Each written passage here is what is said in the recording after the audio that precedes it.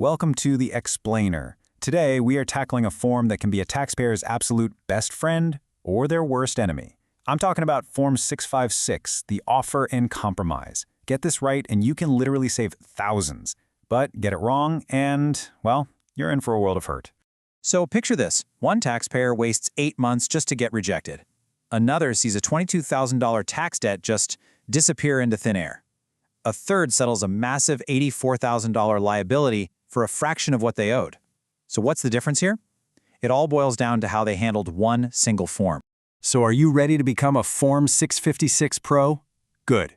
We're going to start with the basics, the blueprint of the form itself. Then we're diving straight into 3 real-life stories that will show you exactly how to sidestep common pitfalls, play the long game, and tell a story the IRS simply can't ignore. Okay, before we get to the really juicy stuff, the case studies, we absolutely have to talk about the 2 main paths you can take when it comes to payment. This one decision has a massive ripple effect on your entire offer, so believe me, it is crucial to get it right from the get-go.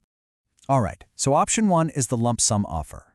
You can think of this as the rip-the-band-aid off approach. You offer to pay everything in 5 or fewer payments. The catch? You've got to put your money where your mouth is and include a non-refundable 20% down payment right there with your offer. Then you have option 2, the periodic payment offer. Now this one gives you a lot more breathing room. It lets you stretch your payments out over 6 all the way up to 24 months. And for this one, you just need to send in that first proposed monthly payment along with your application. And here's where it gets really interesting. Your payment choice directly impacts the minimum amount the IRS will even consider, what they call your reasonable collection potential. Now look at this. Go for the lump sum, and they multiply your monthly disposable income by 12.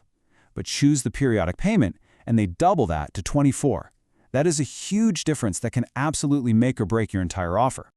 Okay, so theory is one thing. Let's see how these rules actually play out in the real world. Our first case is a bit of a cautionary tale, and it's all about the massive importance of sweating the small stuff. So Brian's representative thought they had a slam dunk offer. But guess what? The IRS didn't even bother to read it. They sent it right back because of 3, seemingly small but absolutely fatal mistakes. No application fee, no 20% down payment, and, this is a big one, the wrong financial form. Just like that, 8 months down the drain, all because of a few rookie errors. And folks, this right here, this is one of the biggest, most common traps in the book. You see, the IRS has a standard financial form, the 433A, but for an offer and compromise, you have to use a special version. It looks almost the same, but it's got these extra sections that are absolutely crucial for the offer investigation. And let me be clear, the IRS has like 0 tolerance for this. Use the wrong form, and you're right back to square one. Okay, now let's pivot to Sandra's case. This one shows that a successful OIC isn't just about filling out the form correctly, it's about timing it strategically. And sometimes, believe it or not, the best move is to not file at all. Now this next part is a total game changer. The IRS generally has a 10-year window to collect on a tax debt. It's called the CSED. But the moment you submit an offer and compromise, that clock stops ticking. It's literally on pause for as long as your offer is being reviewed, and that can be up to 2 years. For Sandra, this was a huge problem. She had a $22,000 liability that was about to just go away forever, but filing that OIC would have kept it on life support. This is where Sandra's advisor really earned their stripes. Instead of rushing to file an offer, they played the long game. They got her into what's called currently not collectible status. This protected her from collections, but, and this is the key, it kept that 10-year clock running. 16 months later, poof, that $22,000 debt was gone for good. Then and only then did they file an offer on the rest. Brilliant! Finally, we have Marcus's case. And this is a masterclass in what you do when the numbers on paper scream, you can pay, but reality tells a very, very different story. And that's where this thing called an effective tax administration offer, or ETA for short, comes into play.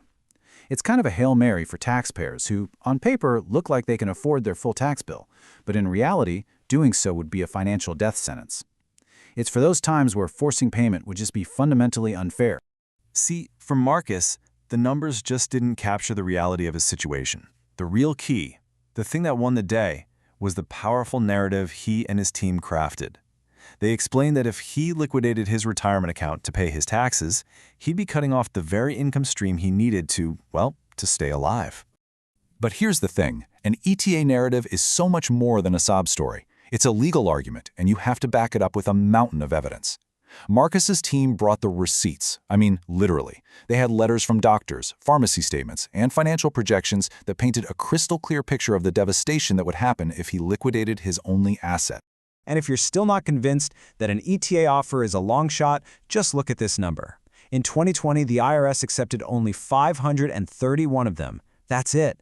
A tiny, tiny fraction of the tens of thousands submitted. This is exactly why Marcus's rock-solid, evidence-backed narrative wasn't just a nice-to-have, it was an absolute must-have. Okay, we've been through a lot. Let's pull all these incredible lessons from Brian, Sandra, and Marcus into one final, actionable checklist. This is to make sure your next OIC is built for success from the very beginning. Here is your 5-step plan for IOC success. Number 1, nail the processability first.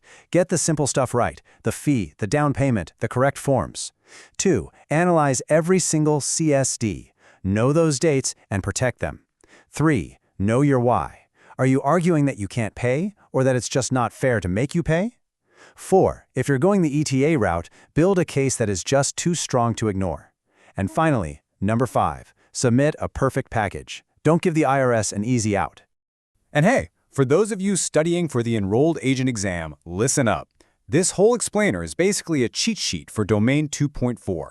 You have to know the payment rules, the CSED clock stopping rules, and especially that critical distinction between the regular 433A and the OIC version. So at the end of the day, it really comes down to this question. The next time you work on an OIC, are you just filling out a form or are you building a strategy? Because as we've seen today, that one shift in thinking can mean tens of thousands of dollars and months of saved time. It can make all the difference in the world.